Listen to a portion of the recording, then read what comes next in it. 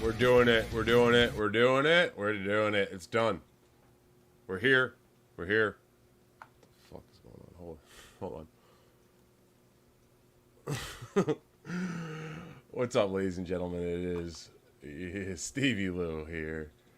Oh, shit. We are done. We're done. Oh, snap. He's Stephen Lewis. He's gonna light Ray the fuck up. Sure. Let's do it. Why not? It's almost 1 a.m. on the East Coast, and I'm here with you. We had a crazy day in the podcast world.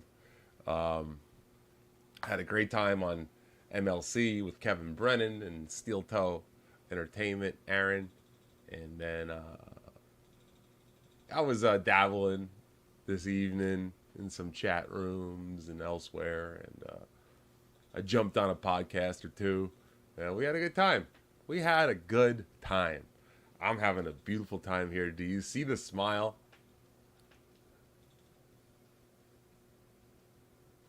That's right. Clip that and put it in the Discord. This boy's having fun. This war boy is having fun. I watched Mad Max Fury Road yesterday, and then went and saw Furiosa in the IMAX immediately after watching Mad Max Fury Road, and I may have had my life changed. I may have had my life changed to the point where I'm like questioning everything. I missed Mad Max Fury Road when it was first in theaters 10 years ago, and I watched it at home, and I was completely blown the fuck away. Couldn't believe that I'd just ignored that movie for 10 years. And I'm really glad that George Miller put out Furiosa, which was the impetus for me to watch Fury Road for the first fucking time less than 48 hours ago.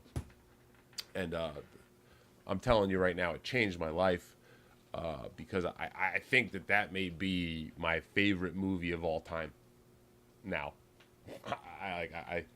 I'm having trouble clocking all this and calculating it all, but maybe it's where I am right now in my life and all that's going on. But motherfucking Mad Max Fury Road possibly just knocked Pulp Fiction, Quentin Tarantino's Pulp Fiction, out of my top movie of all time spot. If you had asked me 72 hours ago what my favorite movie of all time was, I would have probably said without blinking Pulp Fiction. But as of right now, I can't say that anymore, because I think that maybe Fury Road might have just came through and just taken over. And the reason why I say that is that, like, watching Furiosa was great. It's a good movie. It's not a bad film. But watching Furiosa made me appreciate Mad Max Fury Road so much more. It's without a doubt. It's like, same thing. It's like if you watch Stuttering John's podcast and then you watch MLC, you're like, oh my God, wow, okay, this is pretty good, but the original thing is much better. So let's jump in the super chat here. Totally Not Stevie Lou says ban Flat Cat Jessica. I think she's probably sleeping right now. and she is also my moderator, so I don't think I'm gonna ban her. Sam Adam 73. Which psychedelics is he on right now? Nothing, unfortunately. I'm having a little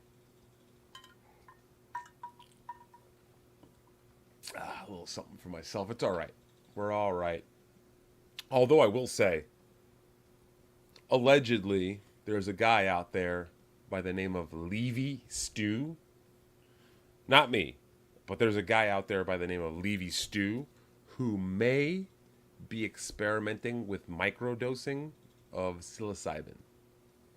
Now, a lot of you are like, English, motherfucker? Do you speak it? Well, okay. Microdosing of psilocybin is a new thing that a lot of people are trying, and it like helps you out in the long run. And what you're doing is you're taking a very mild, almost negligible dose of psilocybin each day, or a series of days, and it's supposed to give you a little bit more of a brighter outlook on things. You don't do it every day, but you can do a couple days, take a few days off, rinse, repeat. Apparently that was like the rage at Hackamania.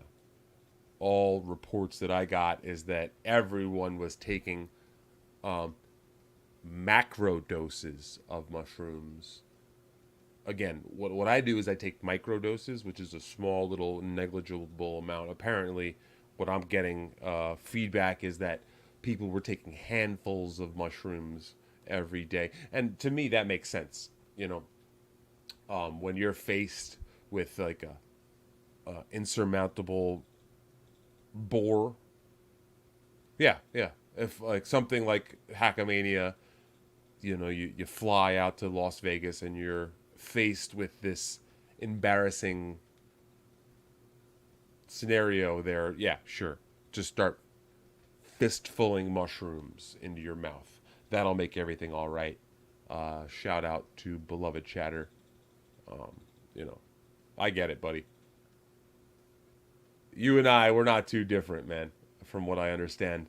I know me and you have like all this super chat this, and I get respond that thing. But at the end of the day, if you and I were just to stand there next to each other, and we like really compared you and I, we're not that much different. So I gotta respect that. That's right. Yeah, all reports. I got a lot of reports.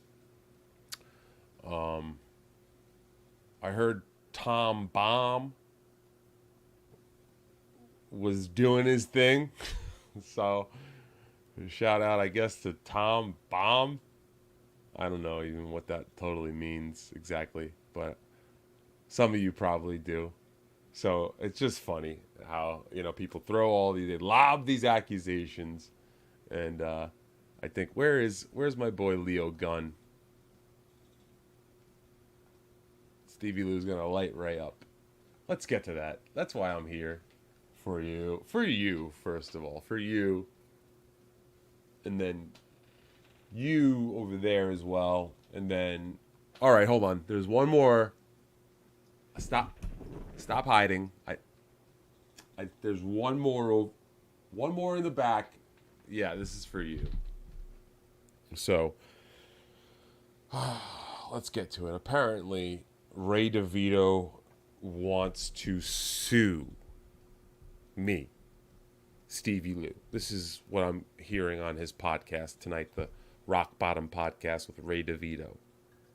And again, I'm Stevie Lou. My name is Stephen Lewis, and his name is Ray DeVito. And tonight he is now putting out this whole thing where he's going to sue me for what I said today on MLC Podcast. Now, let's pull it up. Right? This is an interactive show. Give me 1 second. I wish I was a little more prepared, but let me just type in my lost interest YouTube. let's just go with the video evidence. Right? That would make sense. Okay. Wait a second. I'm not seeing it all of a sudden. Did this guy take it down? Come on. Don't do this to me. Okay. Just bear with me now. I'm going to do one of these. Oh, here we go. Okay. Now I got it. Okay. Let's share this screen. Here we go. This is what I'm being sued for. Goes to Alateen to find some hot guys to buy alcohol for in the locker room.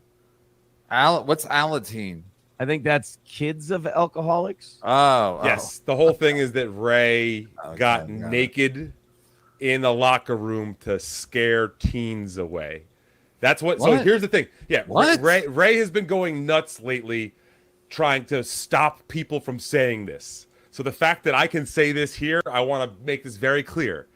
On Ray's podcast, he told a story about all these teens that were in the Planet Fitness locker room causing problems while he was just trying to shower. So what he does is he tells them all, hey, I'm getting naked now, as a way to like scare them away. So that's like his defense mechanism. He told everyone this, that he takes his clothes off in front of teenagers to try to scare them away from partying. He's doing the right room. thing then. He's warning them. Right, but now all of a sudden, if you say that out loud on his podcast, he'll throw you off and ban you.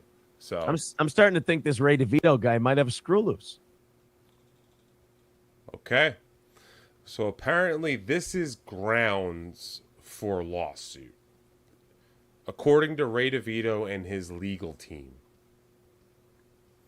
So if I were Ray's legal team, I would want to enter this into video evidence if we could. They're probably going to want to see this. So hold on. Let's pull this up real quick. Let's see if that's working. Here we go. Okay. Let's get this on record right now.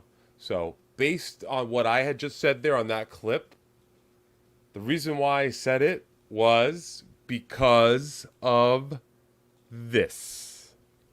Teenagers just sitting there like fucking taking pictures of themselves while like you're fucking naked in a shower. You got kids? Can I watch them? Like in New York, it's like it's just a bunch of like teenagers sitting there drinking beers in the locker room. Like they know they can like drink without getting harassed, so they'll like go there.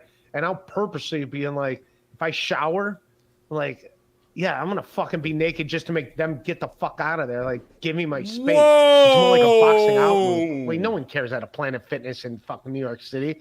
Just literally, it's a bunch of like teenage dudes just hanging out drinking beer. Like underage dudes drinking. What? Oh boy! Wow! Let's play that one more time. Let's play it maybe slow motion. Like they know they can like drink without getting Naked in a shower. You got kids? Can I watch them? Like in New York, it's like it's just a bunch of like teenagers sitting there drinking beers in the locker room. Like they know they can like drink without getting harassed, so they'll like go there. And I'll purposely be in like, if I shower, like, yeah, I'm gonna fucking be naked just to make them get the fuck out of there. Like, give me my space. If I shower, I'm just gonna be there naked to get my space. Mr. DeVito. Mr. DeVito. And the jury. And your honor. Judge, whoever that's presiding over this case. I ask you now. Did I just repeat what that man said? Or did I make something up out of the blue? I submit this to you. Just to be clear, let's do this one more time. one more time from the beginning. It's a bad time. Teenagers And just thank you sitting to there, Franklin like, Scheckler. fucking taking pictures of themselves while like Yeah. you're fucking naked in a shower. You got kids? Can I watch them? Like in New York, it's just a bunch of like teenagers sitting there drinking beers in the locker room. Like they know they can like drink without getting harassed, so they'll like go there. And I'll purposely be in like, if I shower, like, yeah, I'm gonna fucking be naked just to make them get the fuck out of there. Like, give me my space. It's more like a boxing out move. Like, no one cares at a Planet Fitness in fucking New York City. Just literally, it's a bunch of like teenage dudes just hanging out drinking beer, like underage dudes drinking beers, and no one cares. There's no like security, like, hey, get out of here. In New York City, especially Queens and Brooklyn, is like high school kids will go in there and they'll just like drink beer and smoke pot in the locker room. I like to watch kids. You have any kids I can watch? You enjoy running around naked in the gym? Just Shout out to off Joey all the C. young teenagers that drink in the gym. Is the latest rumor I heard that's how you scare off all the teenagers that come in there that are illegally coming there to drink. That you just parade naked back and forth for them at the gym. That's what's been. Somebody told me on my podcast a couple of days ago. You know, I was going to call you about that because I kind of got scared that you're running around naked around out in public there, right? No, You know? I do shower at Planet Fitness. I'm not gonna lie. You go to work. I'll just sit here with your kid. I'm more like, hey, I'm showering here. Hold on one second. Fucking Okay, all right. quit drinking. You should go to the Quit truck dr- stop, Ray. Okay, I got something for you guys right now. Did you see how Ray was more or less caught dead to rights by Joey C? He goes, Ray, you were bragging about putting your penis out in front of teenagers, allegedly on air. And you saw how his face suddenly was like, what? It reminded me of this. So if you guys are still with me here, this is what that reminded me of. This clip here. And just let me run this here. Okay, this is what Ray reminded me of.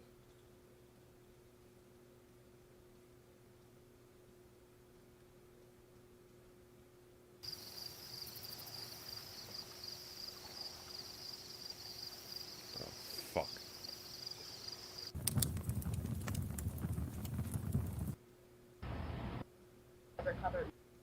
Did you see her hang out with anyone at the time? And body. It was missing all of its limbs and its head. Shortly after, a local news team was canvassing the area for interviews when they happened across one of her classmates. did you see her hang out with anyone at the time? And So this guy doesn't realize that he's been caught. No one has seen her since Saturday. I haven't seen anything. I mean, I've always seen noise outside, but it's just people walking by pretty much. I mean, we That's his just don't know excuse. where she is. And what I'm about, just being the, funny, the man. parking lot area? I just I wanna know be they've the been talking about it. I Dabbleverse. think that's where they have recovered I don't do the body anything or mean. Whatever they recovered from there. body. Had you heard? Had you seen anything there? Had you seen anything there? I mean, we don't know if this is the same person. You know what I mean? Like, they took out a body there earlier. We don't know if it's the same person or not. So that's how we're trying to ask people if they know who lived Look there. at Ray. They found the body, Ray. Are you okay, sir? Ray, they found the body. I think I need to sit down. Yeah, Ray. You need to sit down, buddy. Yep. That's right, Ray.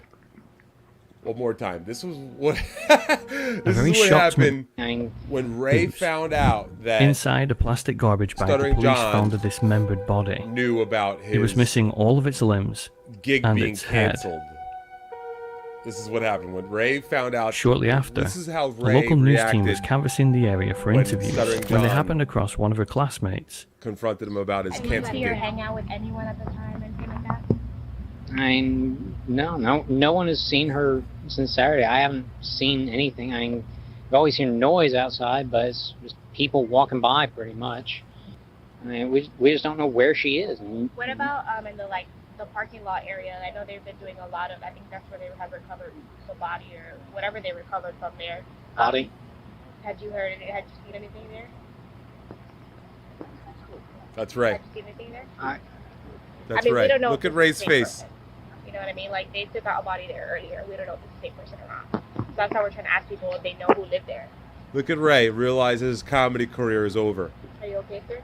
Are you okay, Ray? I think I need to sit down. Yeah, you need to sit down, Ray. Amazing. Fucking amazing, man. What are you gonna do? What are you gonna do with this guy? You know, I know that Ray Goots has had it up to here with him. He don't want Ray around. Teamster Tim seems to really be up Schitt's Creek with Ray. So, man, I feel bad for this guy. Honestly, Ray, get a job at Sports Authority or something, man. Because you're showing your ass. As someone who literally showed his ass tonight on a YouTube show, Ray, your bright idea to chase off drunk teenagers in a locker room is to walk around naked. Teenagers have phones. You think one of them might record the funny-looking naked old guy and post it online. Listen, you're going to have to go to LA Fitness now. Oh, shit. We'll take that out. But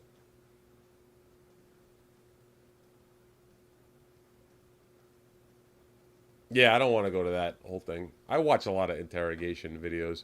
I'd love to send Liam the link. I'd love to, but I don't think Liam is on Team Stevie Lou.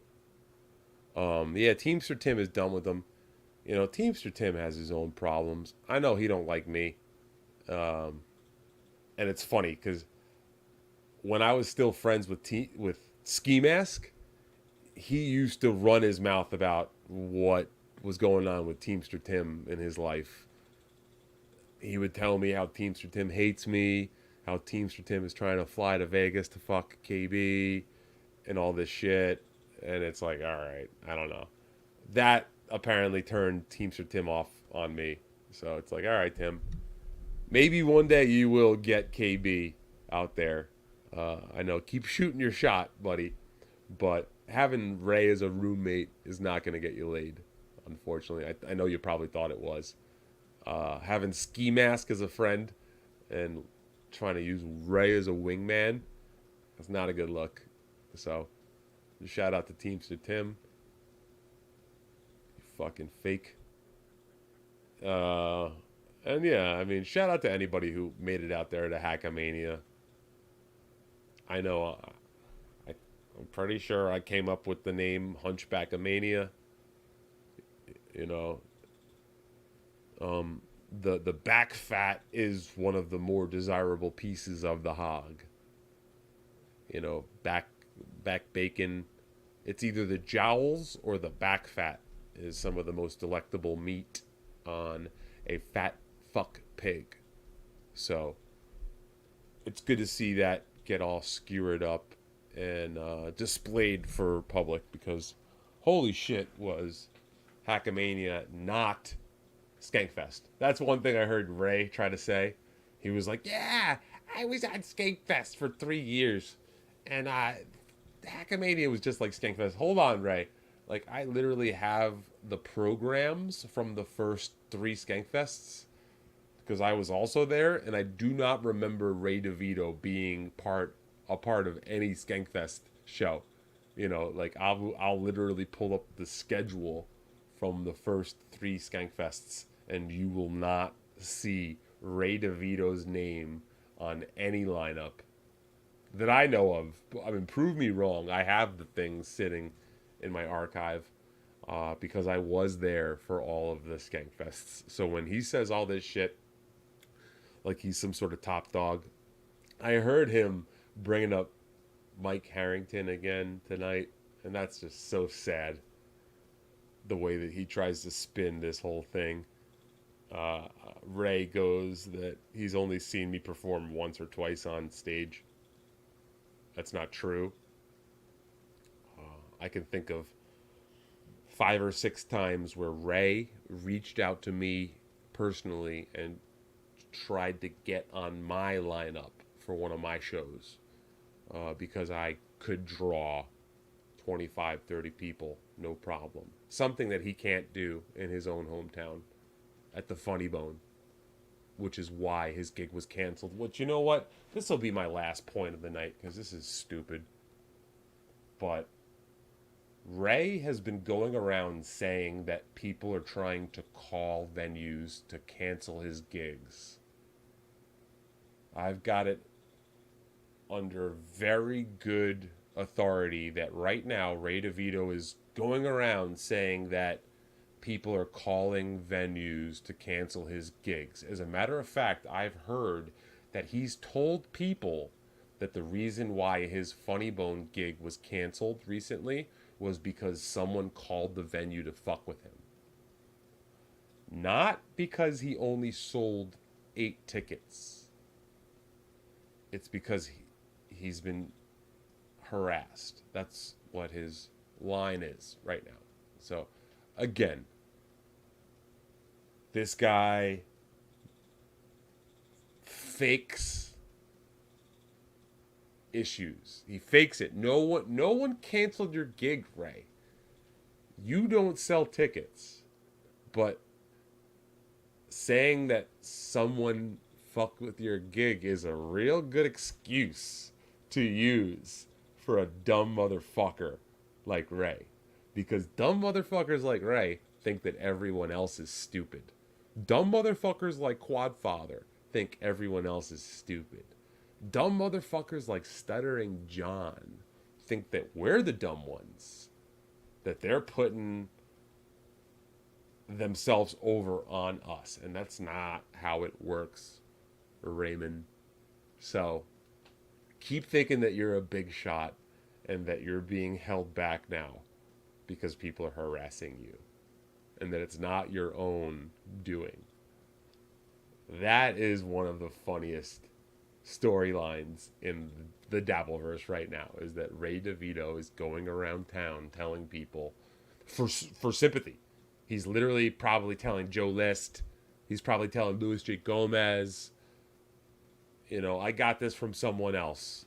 They said to me, they were like, no, Ray told me that people are canceling his gigs and that he's being fucked with. That's why he's looking for some help. It's like, nah, man, no, that's not the case. Ray don't sell tickets. Ray does not sell tickets. Ray is not a marketable, viable, profitable comedian. But he will use any excuse that he can get to try to push that. Let's see. I hate to, maybe use the biased source here, but Franklin Sheckler says Ray has no gigs to cancel, and if he did, they'd get canceled for no tickets sold. Now, I just want to go on record and just say that Stephen Lewis Enterprises and Franklin Sheckler Incorporated are in no way affiliated with one another or each other, vice versa, vis-a-vis, in any way whatsoever. I know there was a lot of questions recently that I had some sort of contact with Franklin, and I can tell you this much, that me and Franklin have actually never spoken to each other personally. So I'm pretty sure that's on his doing, and I have no problem with that neither. I know he probably wants to keep himself a little bit insulated in this sort of scenario, but he does say that Ray did claim to sell. Did he claim to sell any download cards? I got one. Oh, here we go. Look at that. It's right here, actually.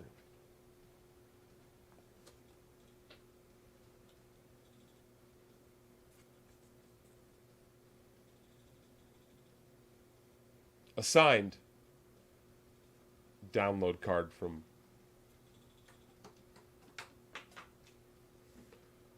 Shit the Fucko. Stevie, I know a lot of what you're saying to be true. Who is your source? You know who my source is?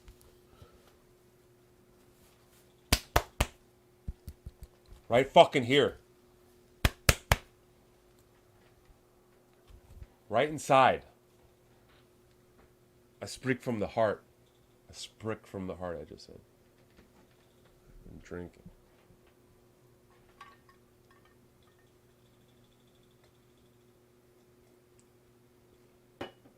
I'll send Ray the link right now.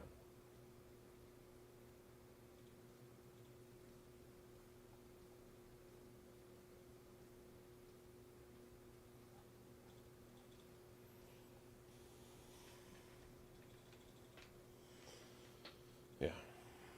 I get it. I get it. Shit, someone gave me a signed Ray promo and I now realize that I left it in the rental car glove box compartment. Now listen, I got this thing over here and I just threw it. It's going to be worth a lot more when he does croak. And we're probably not looking at much longer before that happens. I'm not saying I'm going to do that. But shout out to Spurgtopia. Especially the ghost of Mr. P. I want to give a special shout out to the ghost of Mr. P right now because, you know, he's a good guy and he's been, you know. Yeah, I just hope the best for a guy like that. Wheat Diff Solar still milking that arm Bobo. Boo-boo. Bobo boo-boo. You know what's crazy is that Bobo will be here in 7 hours. Give or take 8 or 9, 7 to 9 hours. Bobo's going to be here. I need some help around the house right now. I don't know if you can see this, but I've literally, it goes past my elbow and I can't use my arm right now. So I'm going to take care of the Bo man. He's going to do some dishes for me. Maybe help me bring some laundry to the laundromat. And it's going to be a good day tomorrow. I've been experiencing a lot of difficult days recently. Jesus Christ. So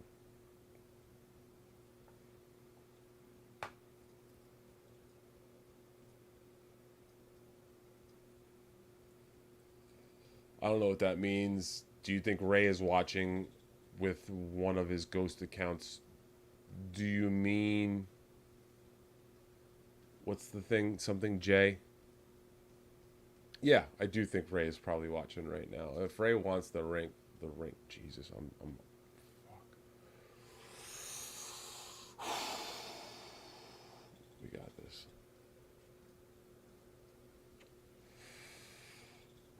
P.T. Lorenzo is remembered better than Ray will ever be. Jesus Christ. Rest in peace, P.T. Lorenzo.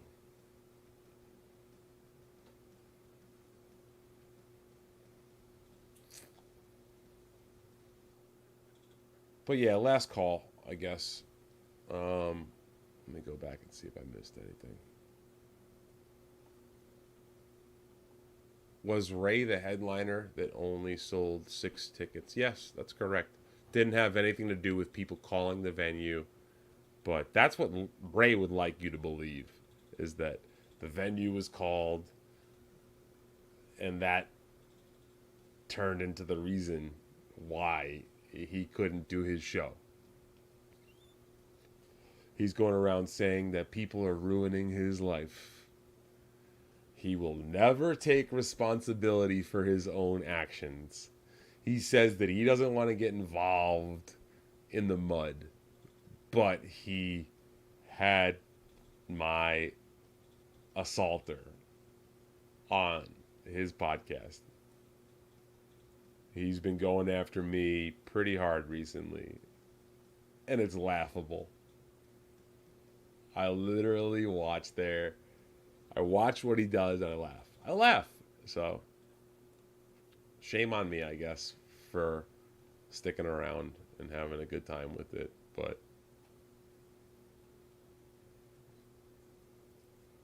here we go. Look at that. There he is, in the flesh. Ray DeVito, Nate J, 9674. Is Ray's birthday September 6th, 74? I don't think so. Could be. It's probably doxing.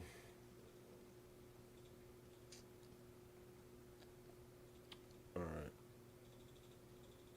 What's up, Stevie? When will the new Toxic Avenger movie be released? This is a real question. Darth Derp, thank you, brother. So here's the deal. The strike fucked Hollywood really hard. The first quarter and now the second quarter of the movie schedule, new release, has been dog shit. We had The Fall Guy underperform. We had Furiosa underperform. They're expecting Deadpool Wolverine to make $1 billion, and honestly, the way things are going, we may not see it. This is all because of the strike. There was a bottleneck for releases, which is now kicking the Toxic Avenger film, which is completed. It's been screened at some festival in Austin. I know a person who's seen a test screening of it and had to sign an NDA and wouldn't tell me anything about the film. One of my best friends who would tell me anything respected the NDA that he signed after viewing the film recently. So we may not see that movie until this fall, if not maybe even the spring. It may not be out till next year, and there's going to be a lot of films that are supposed to be seen last year and this year that won't be seen till next year because of this strike. Looking at like the Tom Hardy Venom film as one. They just dropped the new trailer this week on that one, and that film ain't coming out till next year, and that was supposed to be released this year. So there is a problem right now with Hollywood kind of gun shy for major releases. You got a lot of good shit that's going to be coming out. A Quiet Place sequel looks really good. That Twister movie kind of looks pretty good too. Bad Boys may or may not perform. I'll probably go see that. There's a bunch of shit too that's kind of being released on the side that I want to see too. There's a Richard Linklater film called Hitman that was released for just 2 weeks in theaters and then is going to Netflix, I think, tomorrow. I've been going to see movies like a sick fuck. I've seen probably close to 30 films in theaters, maybe more, already this year, and I plan on doing if not that much more for the second part of the year. So yeah, Liam don't got the balls to come on. I agree.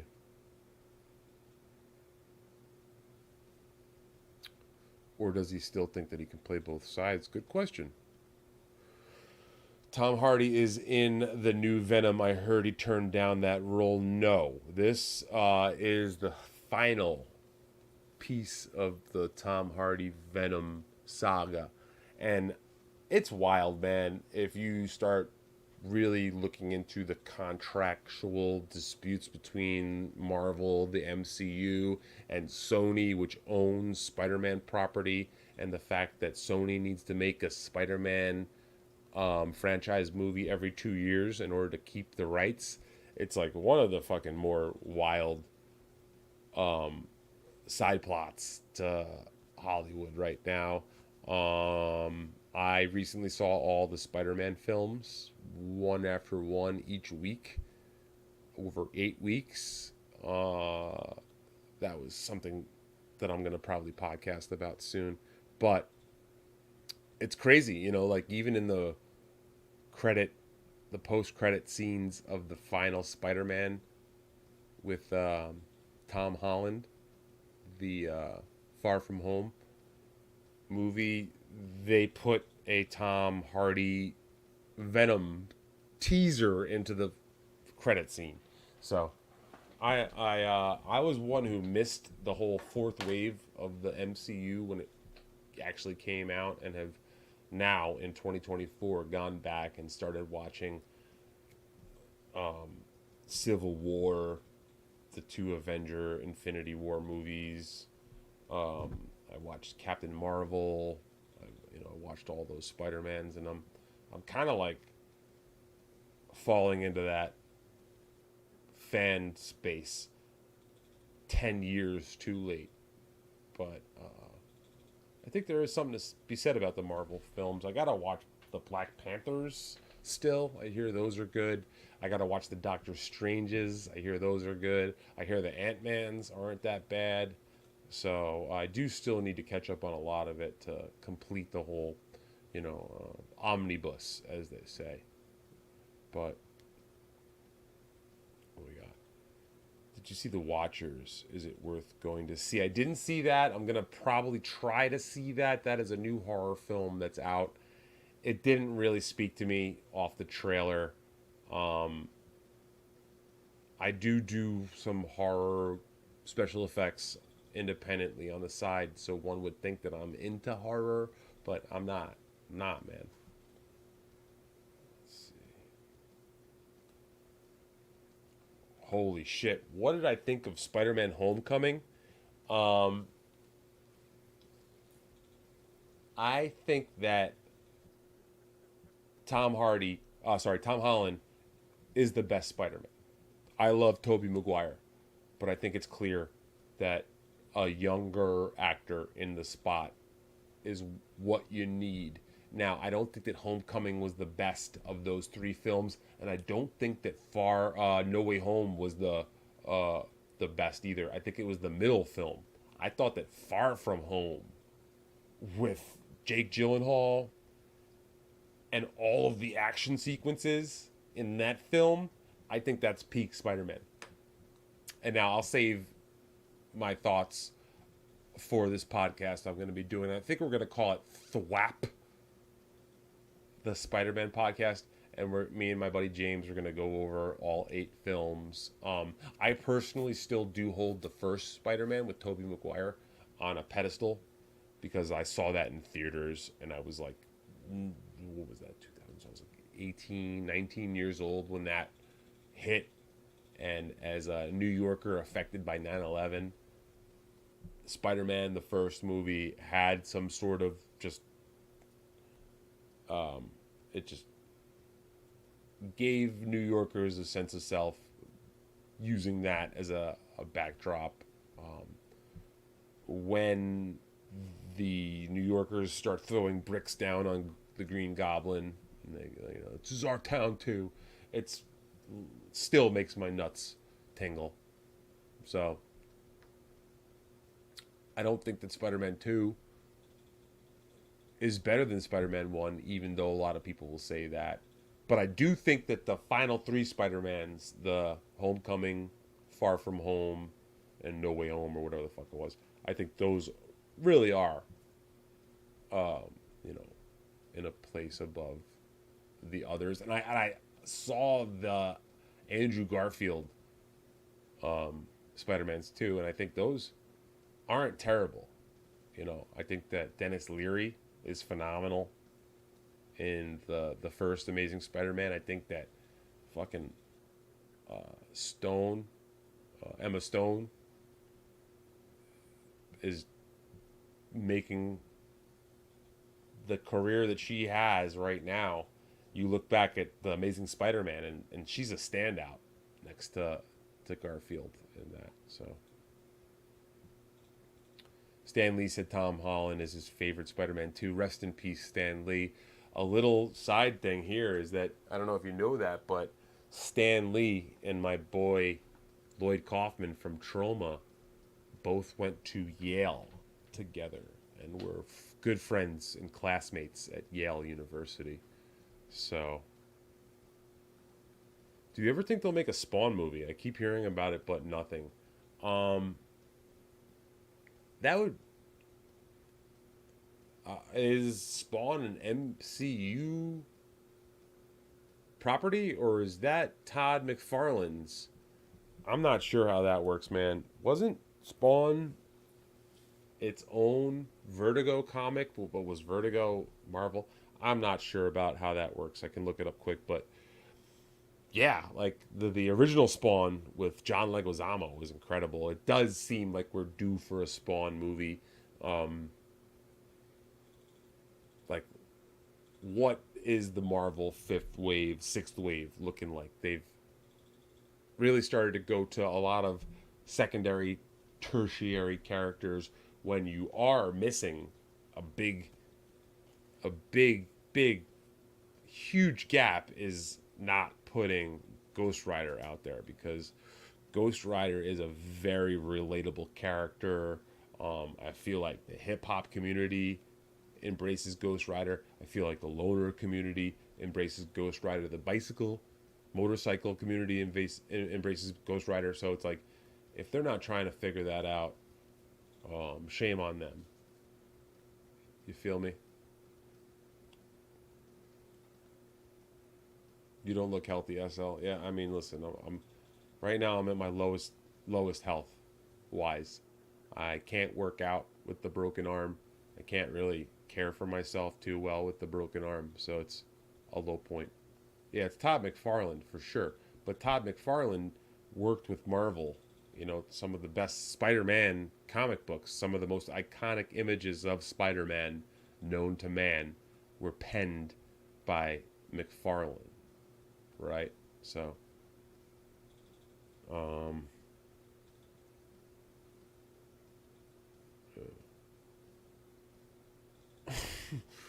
spoiler alert, what did you think about Jake giving away Spider-Man's identity? Hey man, I think that was an excellent storyline vehicle to end Far From Home. You know, I'm pretty sure that's book accurate.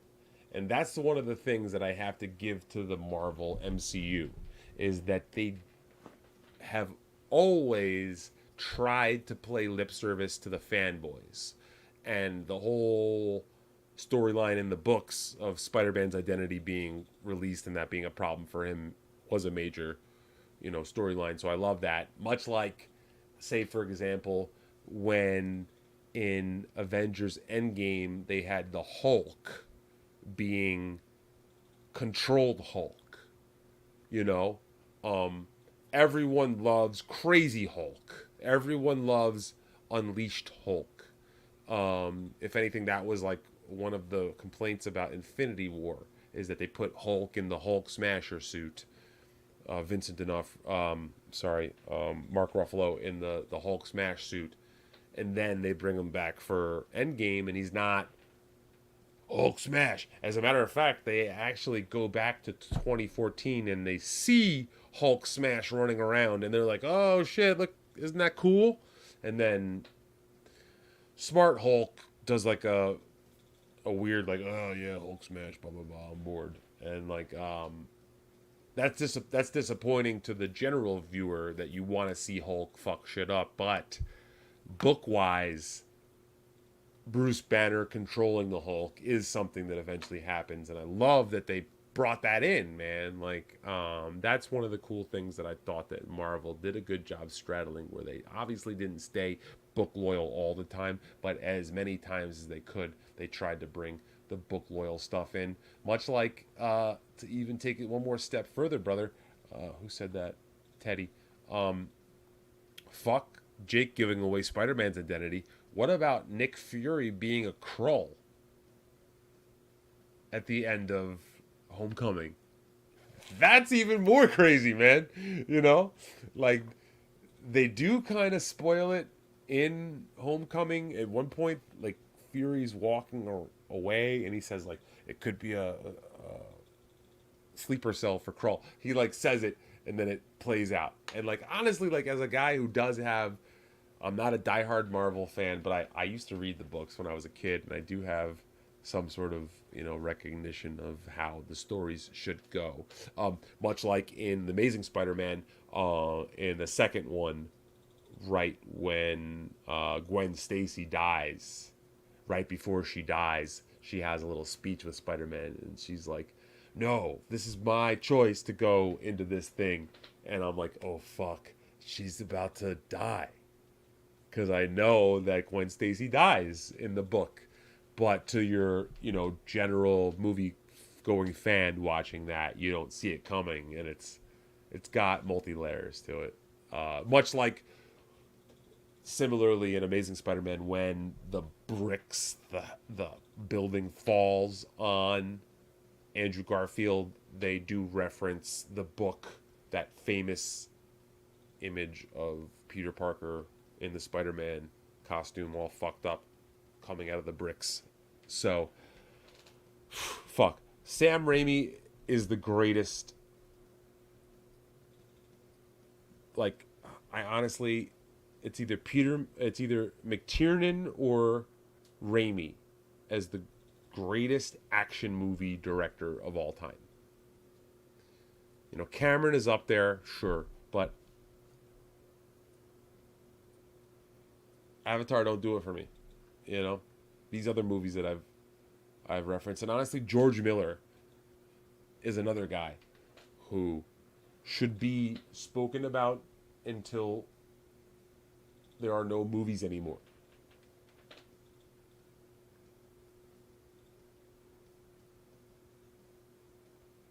This is live. Casey Armstrong, Stevie, I was just watching older MLI clips of you. You're so bad off the cuff, hack, but you seem like a really cool guy. No, keep doing your thing, Lou. Thank you, Casey's Armstrong's Airline.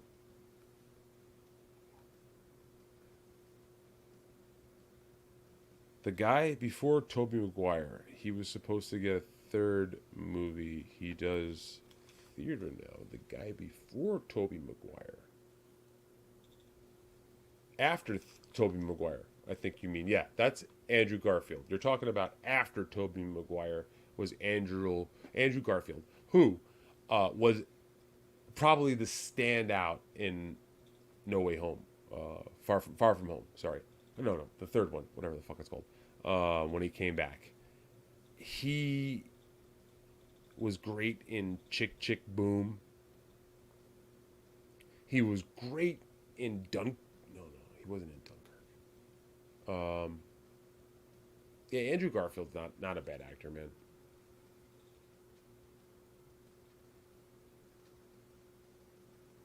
Oh my god. Who would you rather be, Joe Biden or Green Goblin? If it's fucking Willem Dafoe, Green Goblin, then there's no question.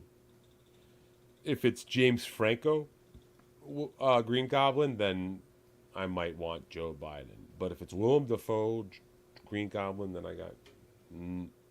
It's a no-brainer. It's a no-brainer. Yes, Garfield.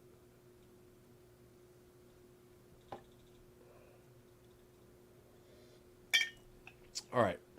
I got about 15 more minutes in me. Hit 1 in the chat. If you want me to keep going, hit 1 in the chat. I'll get a new small drink for myself, and we'll finish this off strong. Hit 1 in the chat if you want me to keep going. If you want me to shut it down, I will. But let's see. We got some 1s here. We got some 1s. All right. Give me 30 seconds. I'm just going to go get a quick little sippy sip. Fill up. If you guys want, ask me anything in the chat. I'm feeling real good right now that we're doing a good thing. So ask me a few questions and I'll finish up strong, and then I'll call it a night. I got shit to do tomorrow. But this is fun. I'm really appreciating you all here.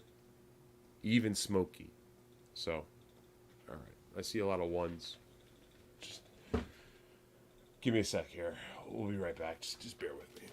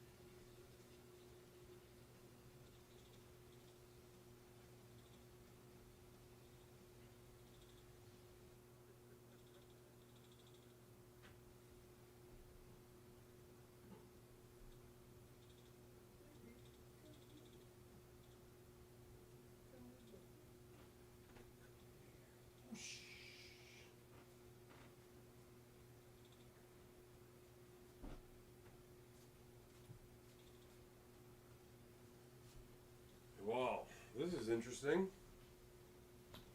Look what I have here. I've captured a wild African cat.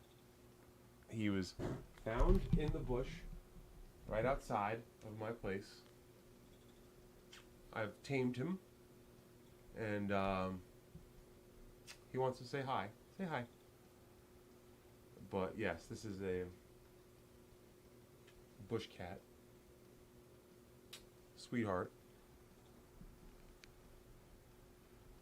Lovely baby that I found in the woods. It's Mr. Bojangles. I'm actually growing out the hair right now. I don't know if you guys can see. But I got a new little hairstyle. I think it's in style. I'm thinking that what I'll do is I'm going to grow out the ponytail. So I'll just grow out a ponytail here. So I got like the, what is that called? That's called something, if anybody in the chat can help me out.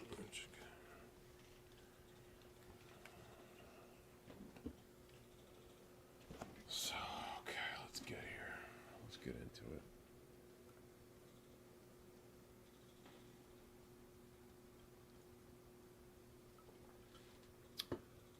Casey Armstrong's hairline says, Peter Sky Parker, I missed you at Hackamania. I was looking forward to busting down cigarettes with you and the Hunchback. Maybe next time, bro. Yeah, if you don't know what a bust down of a cigarette is, that's a Metro, New York, maybe Philly, Boston, East Coast, I'm guessing only.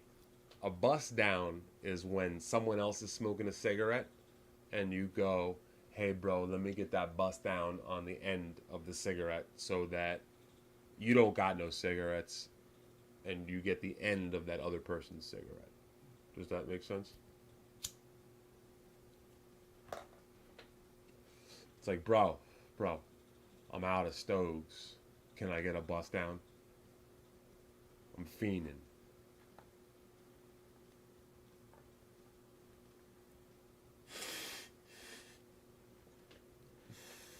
John Doe says, I feel sorry for this kid. He's pouring his heart out to the world and getting nothing in return. I feel sorry for this kid. He's pouring his heart out to the world and getting nothing in return.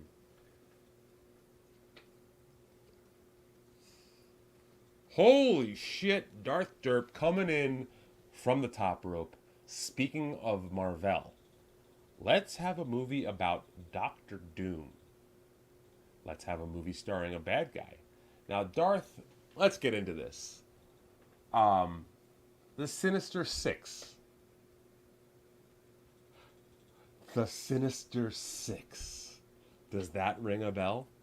From what I understand, the initial move was that Sam Raimi wanted to pull a Sinister Six movie, and that couldn't come to fruition. They couldn't make Spider-Man 4, and it actually came around again during the Amazing Spider-Man 2 film series, because in the second Amazing Spider-Man, you see at the end, you see the Vulture, the Rhino, the Dr. Octopus. Weaponry is like in the background. And they've always wanted to pull that Sinister Six off, and they just couldn't get the rights or the timing down. And I honestly do think that Doctor Doom, the Latvian, would be a wonderful character. Let's see if that happens. Oh my God. Casey Armstrong's hairline. Stevie, I was watching Shrek with my kid, and you just looked like a donkey. Now, I mean, you missed the easy joke. I look like Shrek. I look like Shrek. Come on, take these things away. But it's funny, man. I actually got the original book of Shrek. It's like a children's book. And it's not really a children's book. But I gave it to my nephews, and my sister was like, what was this? Dude, do you read these things before you give them to us? Because this, like, I know you thought this was a children's book, but there's like, this ain't cool for 24 children. So I gotta, I guess, pre-read these things before I gift them. I get it.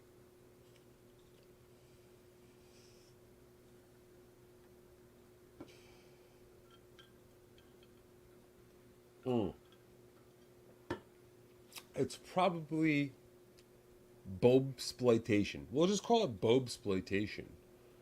But get more videos of Bobo acting, famous movie clips. They're great. Not chipping you. Dude, let's pull them up. Let's do one for the kids at home, just in case anybody don't know what we're talking about. Let me see if I can pull that up real quick. Because honestly, what's better than that?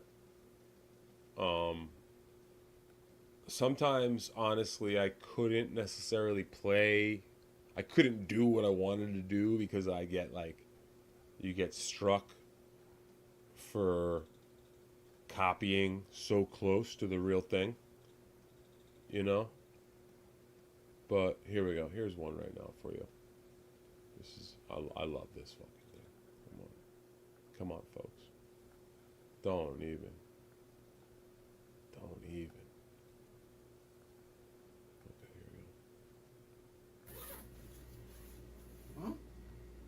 Huh? Faster than you are, you fuck heel. Right. I saw you coming, you shit heel. Make your move. You talking to me? Are you talking to me? Are you talking to me? Standing right here. Who the hell else do you think you're talking to? Okay, real quick. Like, I don't want to say that I'm like a young Brian De Palma. I don't want to say that. But, like, look at this shot and how it's set up. Like, do you see how you're getting the dichotomy of the mirror image? It's like, this here is Bobo that we know. But this Bobo here is an evil Bobo that wants to kill Big A. So, like, the duality of man is what I was attempting here. So, You talking to me, motherfucker? also, hold on. Now, watch. This is called a rack. They call this a rack. But do you see the detail? Look, there's a paring knife, kettle, some dishwash gloves, and this is a beautiful profile view of Daniel Curlin here. You don't normally get a shot like this, a close-up, an extreme close-up, if you will, of your actor person, you know, but, and honestly, I hate to break the fourth wall, but you see the light. If you see down here in the bottom left corner, you do see my light. I was using some lighting.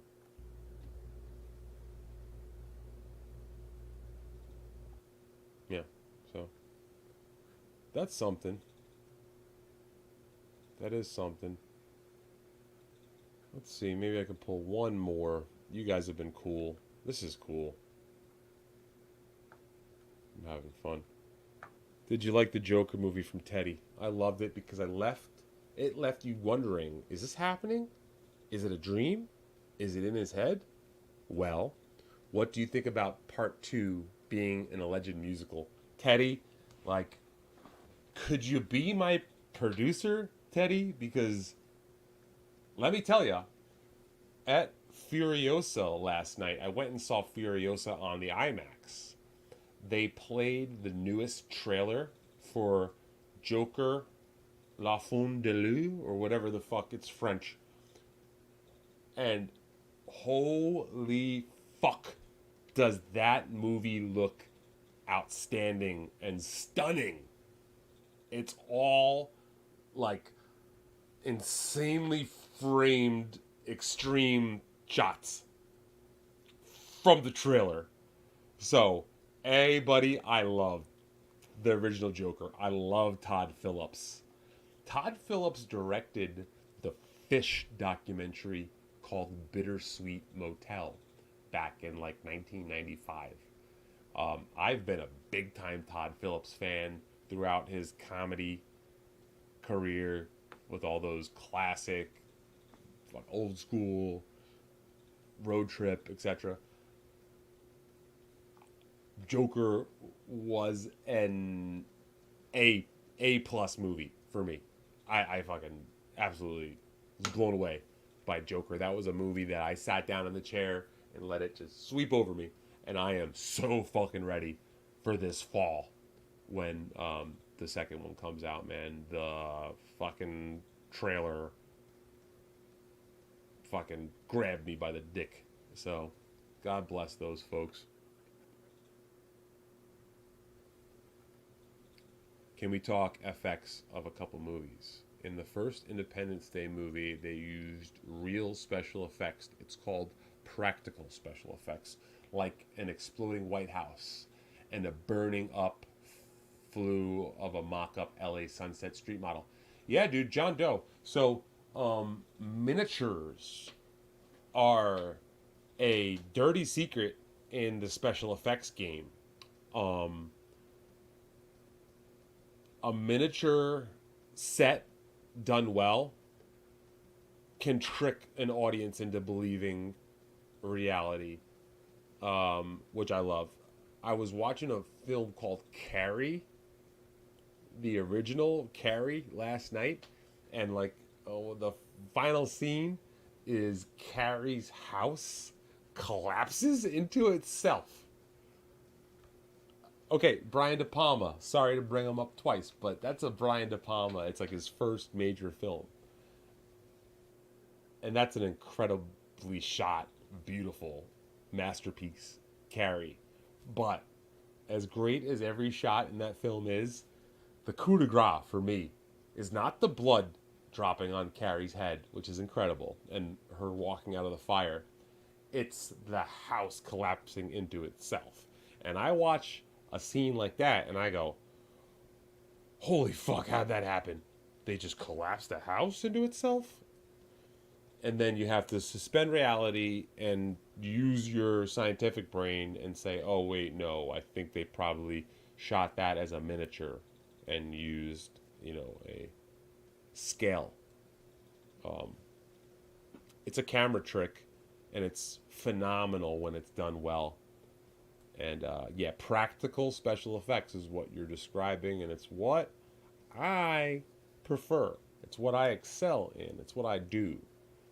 Blood sprays, guts, so decapitations, head crushes, dismemberments, disembodiments. That's what I do professionally on the side for independent movies. So trying to go pro with it one day.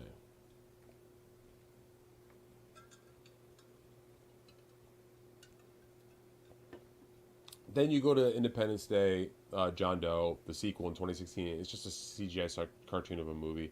Is there a degradation of special effects in movies in favor of computer animated cartoon garbage? John Doe, 100%, man. 100%. I mean, seriously, dude, reach out to me on the side. These kind of questions that you're tossing up are home runs for me to try to hit. AI and CGI there's a breaking point to that sort of stuff, man. Another podcast that I love, it's called Blank Check with Griffin and David. They were talking about Furiosa. They were talking about the new Planet of the Apes movie. Two movies that rely heavily on CGI and AI. And there's one thing that CGI and AI have not perfected yet. It's the act of a human jumping. CGI cannot recreate a human jumping. There's literally gravity in the equation that CGI has not been able to figure yet. They're close, but that's the giveaway in any film scene where action is happening and it's CGI. If you see anything or anyone jumping, CGI cannot get the gravity exact yet. So I, for one, enjoy a film when they mix both. And that's what George Miller did very well in Fury Road. And that's why Fury Road is one of the greatest films of all time. You know, I personally love it when a film acknowledges practical effects but still includes CGI tastefully. If you can do that, you're winning. For example, really quick, Thanos in the Marvel films, all CGI. I honestly wish that they occasionally had used an actual actor in costume with a CGI head in some scenes of Thanos. Yes, I get it. Any close-up, any front-facing shot needs to be mostly CGI of Thanos using, what's his name from Goonies? Jesus Christ, man. But yeah, like if you could have, when he's walking from behind, if you could have put somebody in an actual Thanos costume and shot those scenes with actual practical along with CGI, I think that's where you find your sweet spot, and like things like blood spray, anything that needs to have gravity involved, you will never be able to encapsulate with CGI yet. 5 years from now, I could be out of a job. But I think that there will always be people like John Doe who's like picking up on that CGI. There is that uncanny valley that occurs in your head when you're watching CGI that takes you out of enjoying the story. When you can pull off CGI with practical and you eliminate that uncanny valley and you allow the mind to go deeper into the story, you will create a better experience. And I think that in the very near future, there will be a movement where people are sick of CGI, they're sick of AI, and they want an old school director who may be able to film with actual film stock, which isn't done anymore. Everybody films digital, So I'm the kind of guy who would love to hold on to that old method and film on fucking film stock and do special effects with practical and touch up stuff on the back end with CGI, sure, but if you can avoid that stuff, I really think that we're gonna see like a renaissance. And why Spawn 93 is a true trauma, never provided toilet paper on set, so everyone had to walk poopy butts.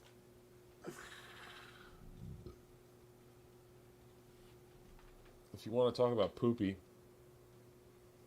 this is a piece of practical shit that I have signed by Lloyd Kaufman. If you can see that. It's signed by Lloyd Kaufman, and it says, the light's all fucked up, but it says, Toxie loves Stevie. Lloyd Kaufman. So yeah, I mean, I have ulcerative colitis, so I have a shit disorder, and I worked on more than one trauma set, but specifically a Lloyd Kaufman trauma set, Shakespeare's Shitstorm. And I will say that I was able to comfortably take defecations without worrying about toilet paper. It was always there. Now, does Lloyd Kaufman ask people to bunk in extreme quarters for 4 weeks while you finish a film up in Buffalo? Yeah.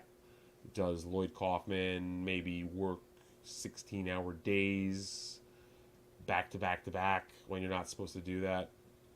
If it was a union, yes. Does Lloyd Kaufman maybe shortchange his budget on lighting, and then he uses old faulty lights that catch fire in the middle of a scene? Yes, that happens. Do we rent out a location and film all the normal scenes the first 3 days and then save all of the violent, disgusting mess special effects to the final hours that we have a place rented? Yes, we do that. If you've ever seen a documentary that's been made about a Lloyd Kaufman film, which there are like 4, 5, maybe 6, then yes, all of these things are pretty much well documented. So I do enjoy New York Spawn throwing me a little softball there to work with. But my biggest takeaway here is that Lloyd Kaufman's latest film, called Shakespeare's Shitstorm. Let's do this. I'll pull up the trailer. Shakespeare's Shitstorm. There will be a documentary released very soon called Brown is the Warmest Color, which is a documentary about the making of Shakespeare's Shitstorm, and I am featured in that documentary, and I'm looking forward to that coming out. Let's watch this though. I've talked about my involvement with Troma for a long time. Let's put up a little something.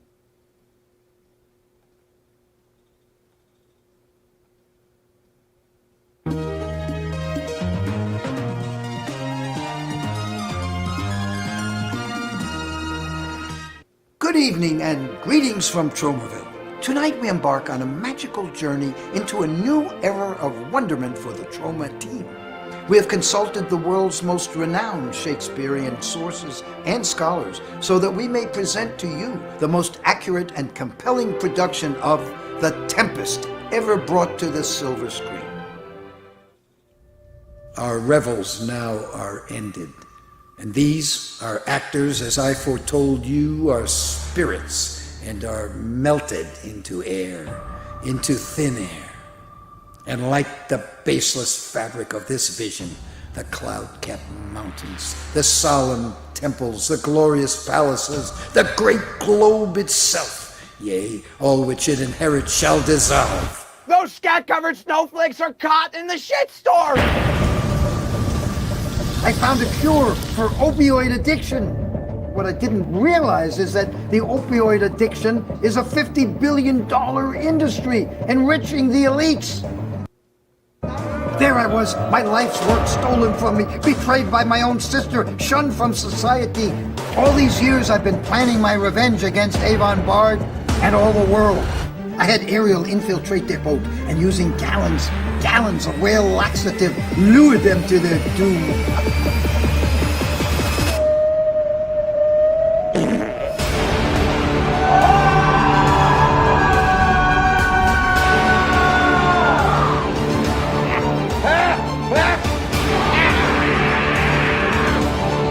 How beauteous mankind is, O brave new world that has such people in. There's your boy. There is your boy. There he is. Look at him. With the red bandana in the background. That's my big scene right there, folks. You see me? The sunglasses in the background thing. I got the vest on. And actually, if you look, let's check this scene out.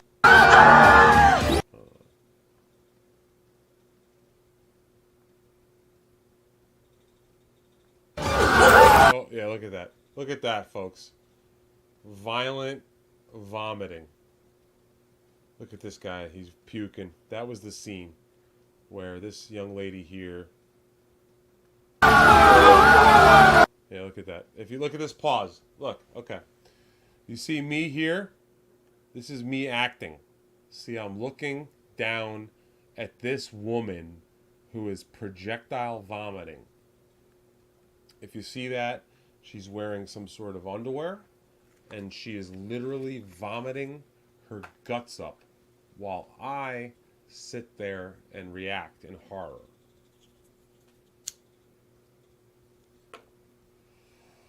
Let's see if I can...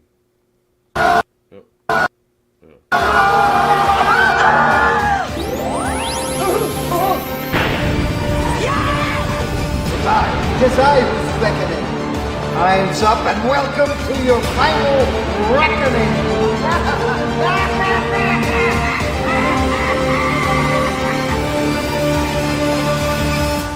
We are such stuff as dreams are made of, and our little life is rounded with a sleep. There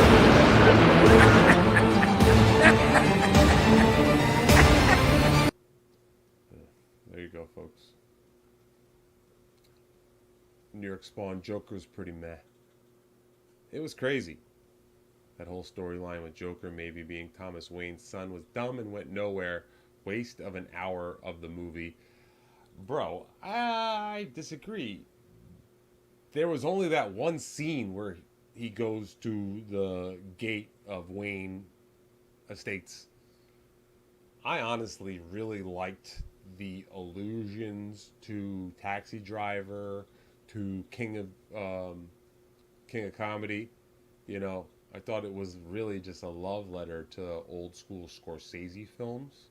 And as a New Yorker like myself, I kind of really have an affinity for those New York films where they're really speaking to me and my people and the people that I come from, where we're just a bunch of fucking New York fucks. You know what I'm saying with that, bro? I could sit here and tell you about the things that my people and I have done for years. For fucking years. Alright? I sit on that fucking roof every day and I fucking nail. Here we go. Okay, Stevie, one more.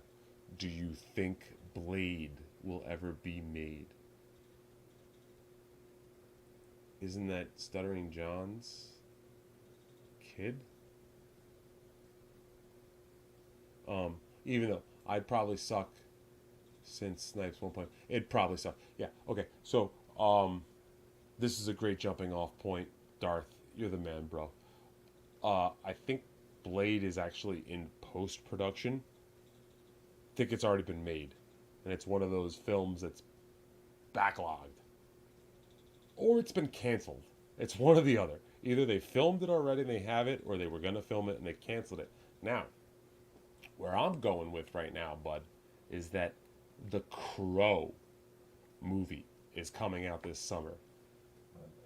And I've been hearing that a lot of people are down on The Crow movie, but Stevie Lou is not one of them.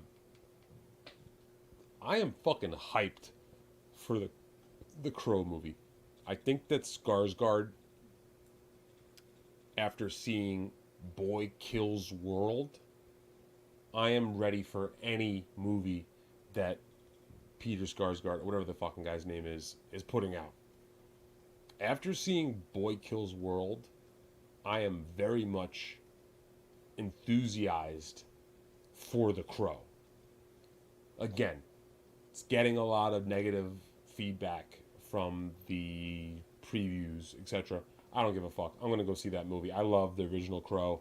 I even think the Crow sequels aren't that bad for made-for-video movies. The original Crow is a masterpiece. I'm psyched for the new one. I think that a movie like The Crow, if that does well this summer, then Blade is a no-brainer. It's a no-brainer. So let Hollywood prove me wrong. If The Crow is a complete flop and doesn't do anything and loses money, then Blade may not get such a great welcoming carpet, you know. But I think the Blade story is worthy for a reboot. And yes, you won't get Wesley to redo the starring role, and this is an opportunity to recast it and let him do a cameo for sure. I would go see that film. And honestly, I would love to see how that Blade could possibly get worked into the MCU.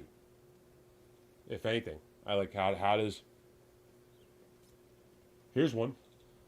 What if Blade and Black Panther got together? You know, like that's something. So, John Doe checking in, buddy. Carrie was great. I forgot about the collapse of the house. Yeah, like I'm a little bit cheating here because I went to a friend of mine's bar last night and he was playing Carrie, and he actually played Carrie with just the subtitles on with no sound while he was playing music, and I watched Carrie with the sound off and just subtitles last night, and it is one of the most beautiful low budget films of all time. The scenes like that, the fucking all these bird's eyed prom scenes that De Palma pulled off are mind blowing stuff, man. So you're a regular Ralph Sorella with the effects. Thank you very much. Thoughts on the Evil Dead? Yeah, man. I said it earlier. Sam Raimi is honestly one of my favorite directors of all time. I put John Carpenter above Sam Raimi, but I've got this thing here called The Evilest Dead. This is not available anywhere. This dude that I know, he put together Evil Dead, Evil Dead 2, and Army of Darkness, but he cut out the repeating stuff from Evil Dead 1 to Evil Dead 2. So The Evilest Dead, check it out online. You might be able to find this VHS. But I know a guy who put that together specially, and yeah, I don't discredit Evil Dead 1 like a lot of people do. If you view a movie like that as a virtuoso's early work, and you take that perspective, Evil Dead is absolutely a groundbreaker. And I'll say this right now. I've spoken to Lloyd Kaufman about this, and I said, Lloyd, man, like, Evil Dead is awesome, but Toxic Avenger, Nukem High, like, you were doing this stuff in the 70s, and then guys like Sam Raimi did it in the 80s. Guys like Peter Jackson with Dead Alive did it in the 80s. Like, do guys like Peter Jackson look at Lloyd Kaufman and give him credit for paving the way? And he says, yeah, like they stay in touch with him, but no, at the end of the day, he doesn't get proper due. Because, let me tell you, Peter Jackson's Dead Alive, major practical effects. Evil Dead, all practical, you know, so. Holy shit.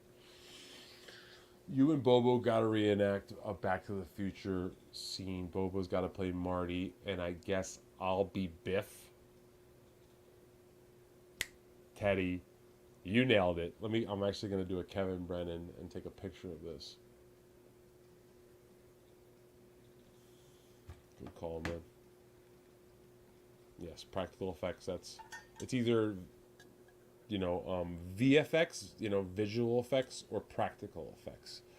When you get into a film crew and you're in the art department and you're talking about that sort of stuff, they break it down between visual effects, VFX, and practical effects. So I will always be a practical guy, and I enjoy mixing my own blood, making my own guts, and working on a small budget to make that look good. Film stock, that's right. Ross Dog. I can't really break this story down too well, but last year I got a call from a producer who said, hey, I need some background actors tomorrow for a shoot. And he said, I need people to be bartenders. It's a funeral bar wake situation in an Irish bar. So he was like, can you get yourself, me, and 2 or 3 other guys to show up with you to be background actors? So I called Bobo up, and I called another guy up to be my background guys, and they were accepted. We went and did the shoot, but this shoot was done on 60 millimeter or whatever the film stock was. They were actually using film cameras to shoot every scene, and what that means is that you don't waste any shot. So fast forward to I'm the bartender in the background of 2 people talking, and they needed people behind me sitting in seats to just fill up the background, and they needed to be quiet the whole time. So we put Bobo and my other friend in that spot, and I went over to them and said, hey guys, we need you guys to not be still. We need you to be active, but don't say anything, because that's a problem. You're in the background, and there is audio trying to pick up the dialogue. So just mime action. So they call action, and the 2 actors are doing their thing, and all of a sudden I hear Bobo and the guy behind start like going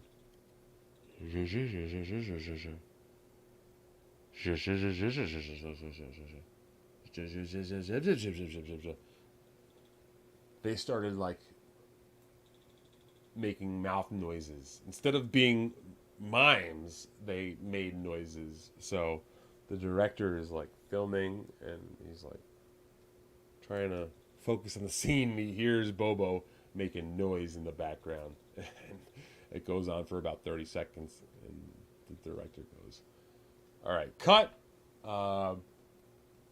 Can we get those 2 guys in the back the fuck out of here? This is a problem. I had to go I had to be the guy who had to walk over and be like, hey, can you guys just leave the set right now? You really fucked up. This is bad.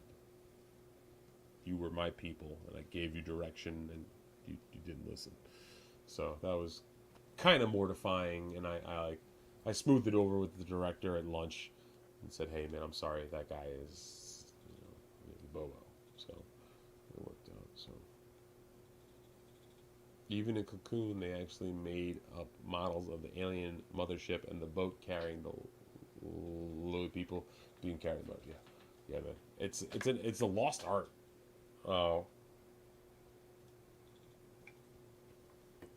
Guys like Ridley Scott, George Lucas, Steven Spielberg, they were the kings of using miniatures back in the day, and it's a really lost art that it's just meticulous. To have to build one of those miniature sets is meticulous, so that's why they don't fucking do it. Oh my god, Ross Dog, can you make a practical horror movie with Ray stalking a middle school or college for the blind? Yeah, I think that any horror film that puts Ray in the driver's seat is good. Yeah, I think I-80. I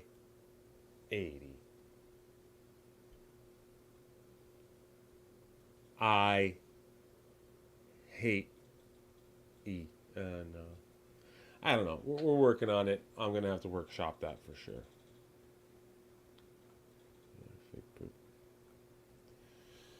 I got a movie for you. It's called Dummy, starring Adrian Brody, Mila Jovovich, filled with a bunch of famous actors, but Brody and Mila weren't huge yet. Great film and soundtrack. I don't think I know that one. I know Mila is not who I'm thinking, but she does remind me of Lola from Run Lola Run, which is at its 25th anniversary. And I'm thinking about going to see Tamara. Alright, let's see.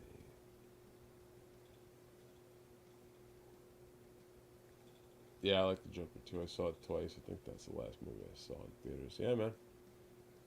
I get it. I fall in and out of going to theaters. So much subtext in Taxi Driver and King of Comedy, but Joker really has none really. The whole movie seemed rushed. Yeah. Yeah. I'm not trying to say that Joker is as nuanced as Taxi Driver or King of Comedy. All I'm saying is that he definitely dipped into those wells with what he made. That's all. And I think that's impressive because no one makes movies like early Scorsese anymore. And I think that Joker is probably the closest thing to an early Scorsese film that we as film goers in 2024 and this current era have. So that's what I feel. Wow, I don't get that at all. This thing is the Crow. Okay, I got one more. Were there plans to make another It movie? I think it was supposed to be a prelude to the first, more like the history of the monster. Man, let me be really very honest with you. I have not seen the It movies, and I feel bad about that because I do like the Skarsgård guy, and a lot of people say that I look like the It monster. They all float down here. We all float down here. So, you know, maybe I'll see that next. Class of '84, I know of it, but I gotta check. Bobo would play Marty, I'd play the Doc. Okay. How many extras did you bang from Trauma? 0, because that is not what you do. Talk about getting an STD. Stevie's drunk. I'm drunk. I'm drunk, Felicia. This would be like a musical. I-80. A serial killer's love story. Martin Scorsese doesn't even make Scorsese films anymore. Let me tell you. Where I'm from, we respect a Martin Scorsese film, and it's true. It's fucking true that a guy like Martin Scorsese, he's forgotten where he's come from.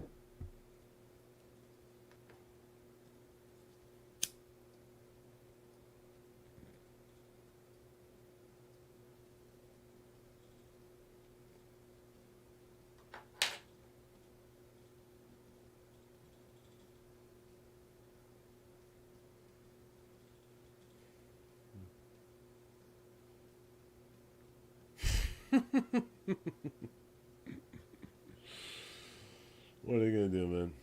I don't know.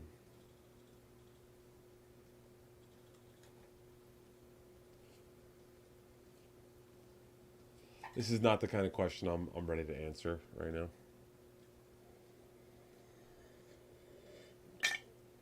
I think I'm just gonna hit the weed cock and go to bed.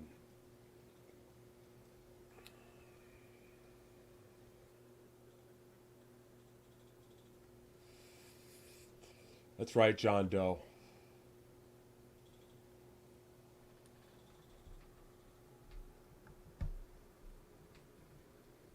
We all float down here.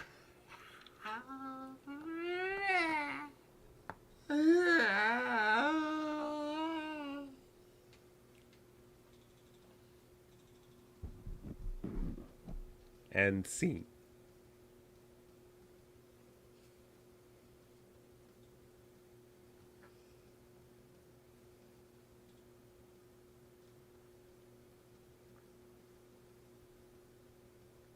Miss Buschetti and Big A.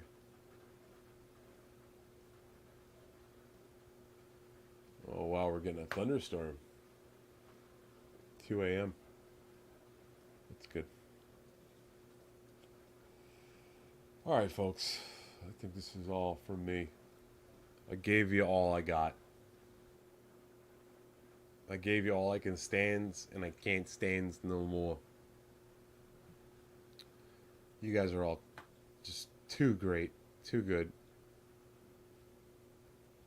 So, New York Spawn, I've already been offered to take nunchuck training.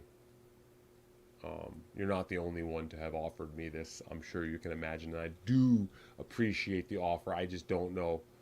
I mean, you are in New York, so you probably could meet up with me. And buddy, honestly, if you want to maybe take me to the next level, let's talk. But right now, I got a guy who's he's got a pair of chucks for me to start swinging, and I'm thinking like, could you imagine if I also had nunchucks that day when the guy pulled them on me? Like, what kind of world would we be living in if there's just nunchuck fights going down in the streets of Midtown? Like, I don't even know how can I even come to grips with that sort of thing? I don't even know why, but right now I'm just gonna go really fucking hard New Yorker right now on you, cause I'm sick of this shit. Okay, there's a lot of fucking bullshit going on in the streets in New York City. I don't got fucking time for that. I don't know if you do, and if you do, that's a beautiful fucking thing, and we could talk later. But for me, that ain't my fucking thing.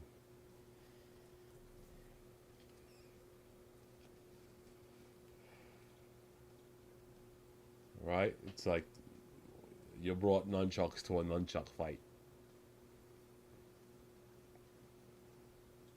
Gunchucks.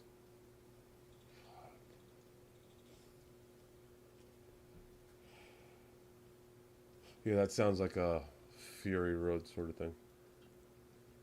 Everybody was nunchuck fighting. Those cats were fast as lightning. In fact, they were a little bit frightening. Thank God Teddy is here, and this ain't frightening.